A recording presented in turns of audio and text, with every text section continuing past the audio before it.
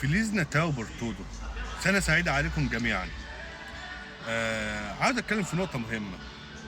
بشوف ناس كتير في فيديوهات كتير طالعة على السوشيال ميديا والتيك توك واليوتيوب معاهم البروتوكول لجوء، بيتكلموا عن البرازيل وبيقولوا اي كلام وبيقدموا خدمات ويشهد الله اللي هم ديابة في الكلام ولكن افعال مفيش.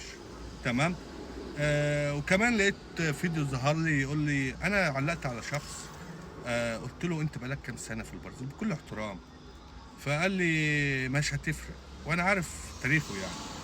فانا عندي رسائل صوتيه اللي انت مش بنفس الصوره اللي انت بتظهر للناس، انت دي بكلام وانا اشهد الله على كده، ولكن عندي رسائل اللي انت بتشتم وتهين وكلام من ده، وعندي رسائل ولكن ما علينا مش تهمني، فانا مش شرط اللي انا اظهرها للناس، ولكن ما تجيبش سيرتي. تاني نقطة، الناس كلها بقت تتكلم عن البرازيل ولسه ما مسكوش إقامة دايمة وما عندهمش سند قانوني يشتغلوا في مجال السياحة أو خدمات الأجانب. أنت اشتغل وظبط نفسك مفيش مشكلة، ولكن اشتغل وادفع ضرايب للناس، ادفع ضرايب للحكومة. تمام؟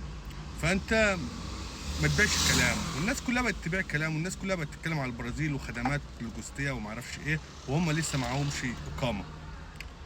فهقول لك على حاجه، يعني في واحد اتصل بيا عاوز خدمه اخذ ميعاد في البوليس الفيدرالي، قلت له على السعر، لف لف لف لف لف ورجع لي، جبت له الميعاد خلال اسبوع كان عنده الميعاد، هو قاعد يلف اكتر من 4 اشهر. تمام.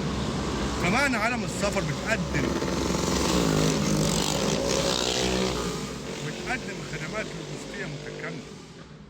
جايز اسعارنا مش مناسبه للجميع، ولكن احنا شركه موثقه رسميا في وزاره السياحه، مسجله قانونيا في البرازيل، فاسعارنا مش غاليه ولكن ما تناسبش الكل. تمام. وانا نفسي الناس كلها تشتغل في نفس مجالي ولكن ينجزوا زي عالم السفر. تمام. مش انا شايفين الرساله اللي تحت دي كده، الراجل بيقول لك لفيت على الناس كلها وما فاتتنيش الا شركه عالم السفر.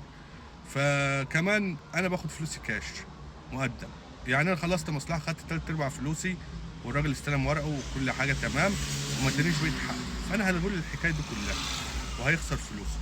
فانا ما بحبش اخش في وش ومشاكل والكلام من ده، فانا والله 1+1=2 هنجز لك كذا كذا كذا كذا وخلاص وخلصنا، باخد حقي وبديك حقك.